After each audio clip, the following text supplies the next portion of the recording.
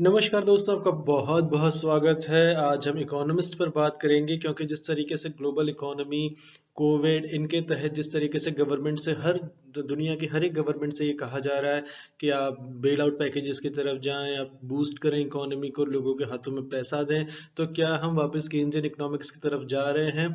Unofficially recession जब आया था अमेरिकन इकोनॉमी के अंदर 2007-8 में, ओबामा उस समय के जो राष्ट्रपति थे उन्होंने एग्जैक्टली केन्जियन इकोनॉमिक्स को फॉलो किया था।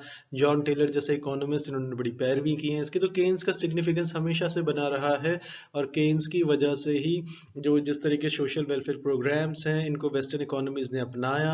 और भले ही वो कहते रहे कैपिटलिज्म कैपिटलिज्म, लेकिन अगर आप उनकी इकोनॉमीज का स्ट्रक्चर देखें तो वहाँ पे चाहे स्कूलिंग हो, चाहे एक तरीके के ओल्ड एज के लिए जो हो, एक तरीके के मतलब बेसिकली इनमें एक टर्म यूज की जाती है फ्रॉम क्रेडल टू ग्रेव, यानी कि पालने से लेके कब्र तक सब कुछ आपको सरकार करेगी, आप सिर्फ जम के खर्चा कीजिए। तो एक तरीके का जो उसमें केन्स की भूमिका बहुत अहम हो जाती है 1936 से। जिस तरीके से केन्स ने इकोनॉमिक्स में जो योगदान दिया है उनके योगदान को सराहाया जाना चाहिए, लेकिन उनको जैसे रॉबर्ट लूकास ने एक तरीके से स्टैगफ्लेशन एक्सप्लेन नहीं कर पाए थे। जॉन मेनार्ड केन्स की जो थ्योरी थी, इनके काफ़ी चाहने वाले, इनके हेटर्स अभी भी हैं, इकोनॉमी में डिबेट्स होती हैं, लेकिन इनका जो कंट्रीब्यूशन है उसे आप नकार नहीं सकते। रॉबर्ट लूकास, मिल्टन फ्रीडमैन ने भले ही इनकी पॉलिसीज की धज्जियां उड़ा दी हों और अमेरिका को एक नई दिशा में डाल दिया हो, लेकिन जॉन मेनियट कीन्स का जो स्थान है अर्थशास्त्र के अंदर, वो एक तरीके से बहुत बड़ा स्थान है। इनकी पॉलिसीज को बहुत पढ़ा जाता है, समझा जाता है। कई बार पढ़ते पढ़ते आपको लग सकता है कि आप सोशलिज्म पढ़ रहे हैं, लेकिन वहाँ पर एक कैच है थोड़ा सा, वो उसको भी हम डिस्कस करेंगे इसमें। और बेसिकली अगर हम इनको बहुत सिंप्लीफाई कर दें, इन पे तो कितनी भी बातें हों कमी लगेंगी। पूरे सेशन में लोगों ने असंख्य किताबें लिखी हैं इनके ऊपर, पॉलिसीज में इनके सेवरल एडमायरर्स हैं, वेस्टर्न में भी हैं, एशियन में भी हैं, डेवलपिंग कंट्रीज में भी हैं। तो बहुत कुछ है इनके बारे में कहा जाने को, लेकिन हम कोशिश करेंगे कि हम इनके 3 मुद्दों पे बात करें जो मुझे लगा कि उस पर बात होनी चाहिए। पहला, इनका जो कंट्रीब्यूशन है अनएम्प्लॉयमेंट में लेके, उसको उन्होंने एक्सप्लेन किया है, उसके कॉजेस को, उसके रेमेडीज भी सुझाई हैं। तो जिस तरीके से फुल एम्प्लॉयमेंट की बात भी बहुत कहा करते थे, इनके मॉडल्स भी बहुत सारे हैं, हम उन पे भी बात करेंगे। दूसरा जो पिलर है जो इनकी जो थ्योरीज का है, प्रिंसिपल्स का है, उसके डिफेंस ऑफ कैपिटलिज्म, इसके ये स्टाउन सपोर्टर्स थे। इन्होंने कभी नहीं कहा कि मैं सोशलिस्ट हूँ। इनफैक्ट इन्होंने हमेशा ये कहा कि सोशलिज्म आपको प्रतीत हो सकता है, लेकिन इन्होंने कभी अपने को समाजवादी बिल्कुल नहीं माना। और तीसरा जो इनका कंट्रीब्यूशन है वो है रोल ऑफ स्टेट को लेके, उसमें किस तरीके से वेलफेयर क्रांतिकारी होना चाहिए उनका कदम। जिस तरीके से अमेरिका का जो रिसेशन आया था उसके बाद इन्होंने, वैसे इन्होंने काफ़ी सारी पुरानी किताबें भी लिखी थी। इन्होंने 1919 में भी किताबें लिखनी शुरू की थी। इनको रॉबर्ट खैन के साथ इनका एक कोलैबोरेशन बहुत अच्छा रहा है। तो इनकी बहुत सारी किताबें भी बात हुई है।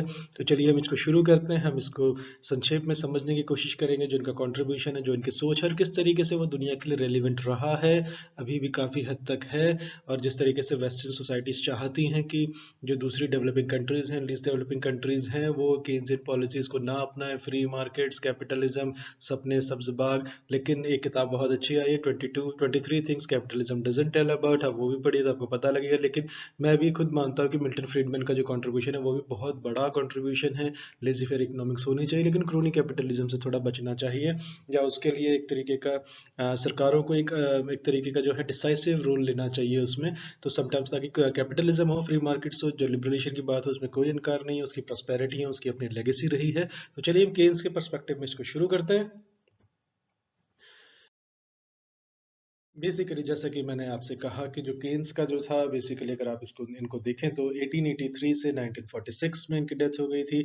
और जिस तरीके से ब्रेटन वुड्स ट्विंस जो आए थे, आईएमएफ और वर्ल्ड बैंक, वो भी इन्हीं के सुझावों पर बने हैं, ये सबको मालूम है। तो 20वीं शताब्दी की अगर हम बात करें तो इसके स्टार्ट में जो फर्स्ट हाफ था उसका, उसमें एक ये ब्रिटिश थे एक्चुअली।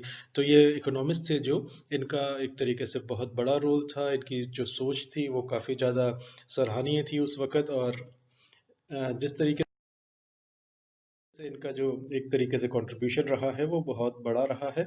तो अपने युग के, उस समय के, जो अपने टाइम के और आर्थिक सिद्धांत में, इकोनॉमिक प्रिंसिपल्स के अंदर, उनके जो डेवलपमेंट में है, जिनका जो प्रभाव पड़ा, उतना किसी और अर्थशास्त्री का नहीं पड़ा। ये मैं आपसे बिल्कुल साफ कह दूं, बिना किसी हिचक के, बिना किसी संकोच के कह दूं।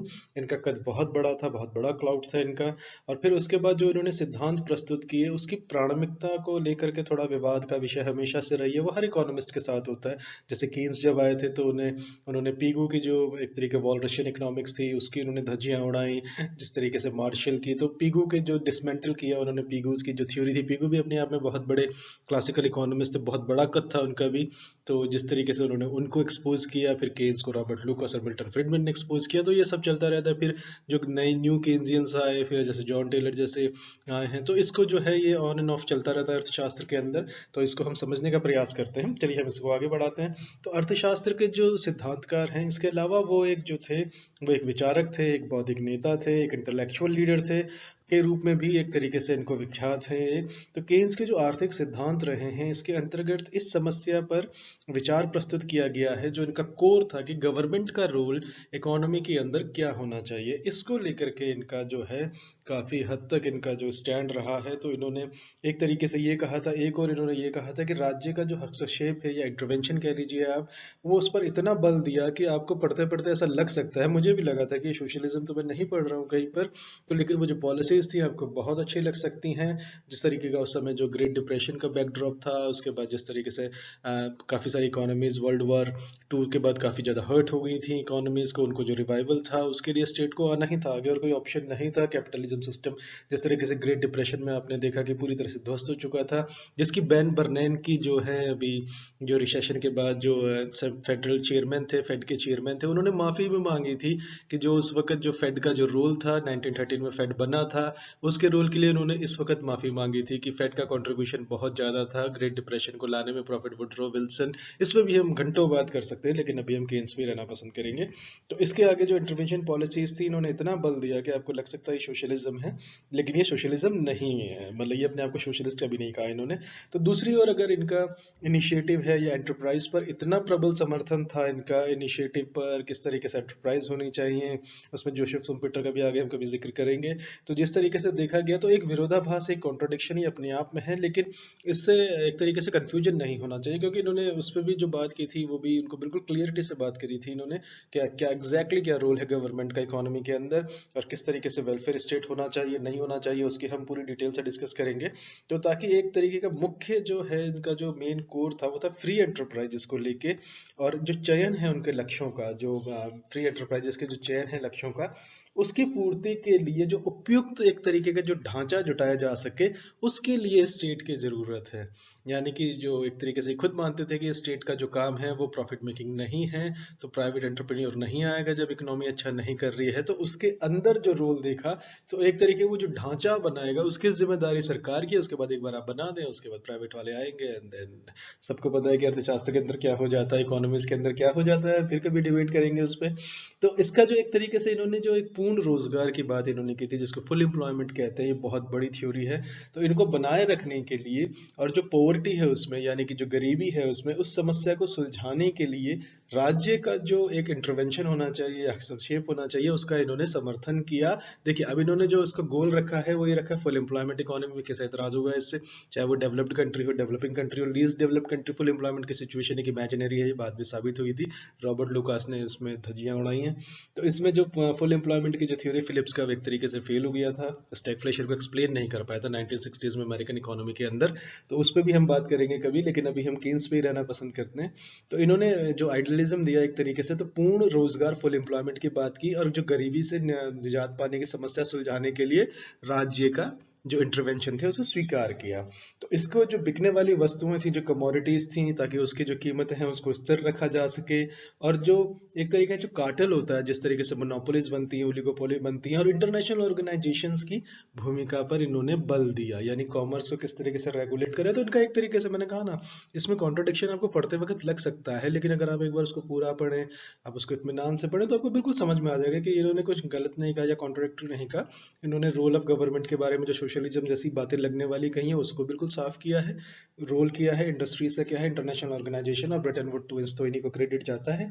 तो अगर इसको पॉलिटिकल साइंस में या इकोनॉमिक साइंस में अगर इनको देखें, तो इनका जो योगदान रहा है बेसिकली वेलफेयर स्टेट की तरफ रहा है, और उसकी एक तरीके से उसके जो कोर था उसको उन्होंने आगे बढ़ाया है। और ये महत्वपूर्ण है यहाँ पर कि जैसे जो अन्य इकोनॉमिस्ट थे या जो पॉलिटिकल थिंकर्स थे, जिस तरीके से आपके मिल, जेएस मिल हो गए, टीएच ग्रीन हो गए, या लास्की हो गए, हेरोल्ड लास्की, वो बहुत बड़े पॉलिटिकल थ्योरिस्ट थे। जिस तरीके से हॉब हाउस हैं, जिस तरीके से एच आर टनी हैं, और इनको इन्होंने बेसिकली इन्होंने आइडियलिज्म का सहारा लिया। जैसे ग्रीन है तो इन्होंने आइडियलिज्म का सहारा लिया, लेकिन केन्स ने ऐसी कोई कोशिश नहीं की। तो जिस तरीके से केन्स का जो एक तरीके से जो प्रभाव रहा है, जो इत्यादि जो मुख्य, इन्होंने नैतिकता का सहारा इतना नहीं लिया, तो केन्स ने उसको साउंड इकोनॉमिक पॉलिसी से उसको रिप्लेस किया।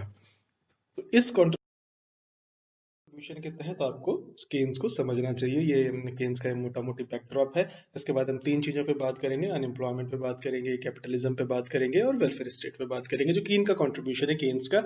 तो उसके बाद जो हम सारी, इसको वैसे केन्स ही कहा जाता है, कई कई बार जो है उसे कीन्स पढ़ते हैं, लेकिन वो गलत है, इसको केन्स ही कहा जाना चाहिए। चलिए, thank you so much for listening. नमस्कार दोस्तों।